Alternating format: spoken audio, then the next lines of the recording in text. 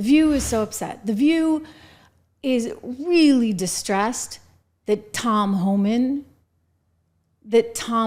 is now coming in to the gig because, you know, he's a toughie. Mr. Homan. You work for me. I'm a taxpayer.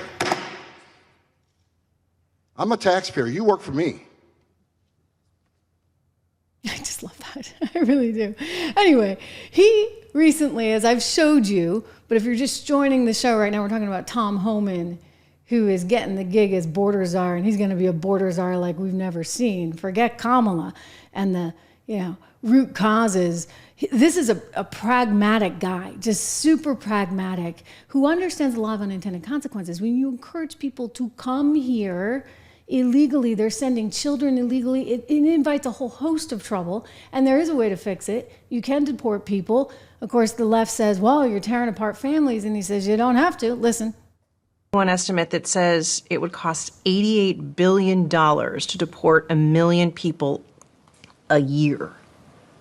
I don't know if that's accurate or not. Is that what American taxpayers should expect? What price do you put on national security? Is it worth it?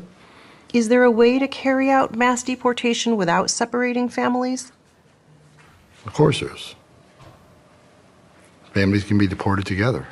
Boom. Okay. So the View really it's doesn't chilling like what that. he just said. You realize that when he says, yes, families can be deported together, what he is saying is that U.S. citizens can be deported. What he is saying is if the parent is undocumented and they have U.S. citizen children or U.S. citizen spouse, or and you don't want to separate them, then let's deport the U.S. citizens. Look, Donald Trump won the electoral vote. He won. He's going to win the House. He won the Senate. For all effects and purposes, he's got the Supreme Court. They've given him immunity. This is what the country voted for. This is, you know, a lot of people thought that when he talked about mass deportations, he wasn't being serious. I don't know how many times he had to say it for people to realize he was being serious. Well, if you thought he wasn't being serious, the appointment of Tom Homan today as Border Czar, and he will be in charge of a mass deportation program, the largest the country has ever seen, they say. And now Stephen Miller, as Deputy Chief of Staff, should let you know that he was absolutely serious. Yeah, he was. Okay, and though you guys tried to say otherwise, it turns out the majority of the country does not like the idea that all of these people are coming here illegally. I think Americans have a very big heart. I think they'd be totally open to us having a structured program in which we actually were seeking out individuals that could help benefit the economy. And not everybody has to have a PhD, don't get me wrong. But in other words, we have to have some say in all this. We have to have some kind of program. We can't make this just a free-for-all and not know who is coming into the country.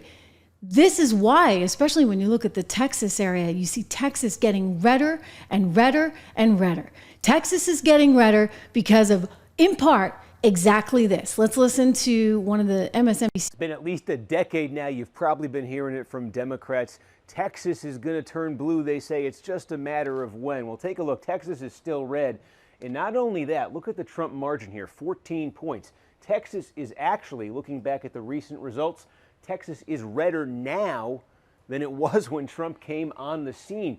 And part of that is massive movement that a lot of people, I don't think any people saw coming at the start of the Trump era in the border region of Texas. These are counties that have some of the highest concentrations of Hispanic voters in the country. Take a look, for instance, at Starr County, 97% Hispanic. Donald Trump wins this by 16 points. But check this out.